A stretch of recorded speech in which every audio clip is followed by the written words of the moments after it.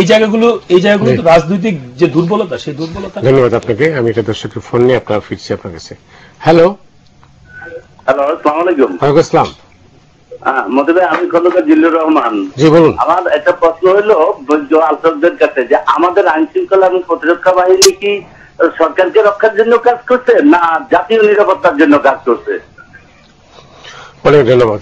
জি জি, এটা আমি ওই আমার কথার প্রসঙ্গেই বলছি যে যখন রাষ্ট্র ব্যবস্থা এবং সরকার ব্যবস্থা যখন এক হয়ে যায়, দলীয় রাজনীতি এবং প্রশাসন যখন এক হয়ে যায়, তখন এই ধরনের প্রশ্ন সৃষ্টি হয়।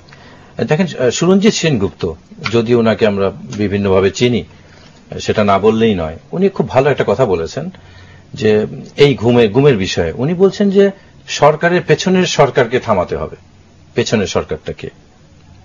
তাহলে সরকারটা চালাচ্ছে কে? দেখেন, যেখানে স্বরাষ্ট্র প্রতিমন্ত্রী নিজেই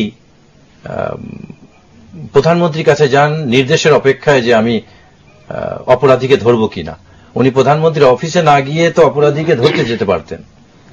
এই যে নির্দেশ, যেখানে আমাদের দেশে একটা তুচ্ছ বিষয়, 7 দিন পরে ওই বাড়িতে অপারেশন হলো কেন? এটা তো সবাই বলছে আইওয়াশ, এটা জনগণই বলছে এটা কি ধরনের আইওয়াশ, কি দিয়ে চোখ ধুচ্ছে মানুষ তো জানেই, কোন রক্ত দিয়ে চোখ ধুচ্ছে, কার মেডিসিন দিয়ে ধুচ্ছে, মানুষ এটা জানেই, কার চোখকে কিভাবে ওয়াশ করছে।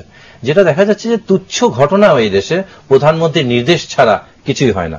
তামিম ইকবাল ক্রিকেটের টিমে থাকবে কি থাকবে না, আমাদের ট্যাক্সি ক্যাবের ভাড়া 100 টাকা থেকে 86 টাকা হবে কি না, এগুলো প্রধানমন্ত্রী নির্ধারণ করেন। সেই দেশে অপহরণ, গুমের মতো, ক্রসফায়ারের মতো ঘটনা প্রধানমন্ত্রীর নির্দেশ ছাড়া হয় না, এটা কোথায় পেলেন? তাহলে নির্দেশটা কে দিচ্ছে? যদি প্রধানমন্ত্রী ছাড়া অন্য কেউ নির্দেশ দেয়, তাহলে সুরঞ্জিতের কথা তো ঠিক। তাহলে সরকারের বিরুদ্ধে পেছনের সরকারটা কে? এবং যারা এই কাজ করছে তারা রাষ্ট্র ব্যবস্থাকে চ্যালেঞ্জ করছে। তারা এই সাহসটা কোথায় পেল? রাষ্ট্র ব্যবস্থাকে চ্যালেঞ্জ করার সাহসটা।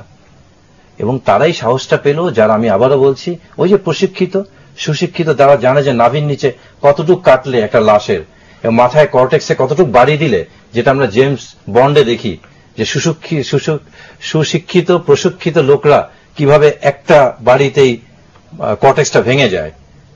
এ তো আমরা দেখছি আমাদের এয়ারপোর্ট থেকে শুরু করে সমস্ত জায়গায় যাদের আনাগোনা, এবং যারা বলছে যে তিস্তার পানি না দিয়ে 16 তারিখের পর স্রোতের মতো মানুষ পাঠিয়ে দিবে এই দেশে। আপনাকে থামতে হবে, কারণ আমাকে দুটো প্রশ্ন নিতে হবে। হ্যালো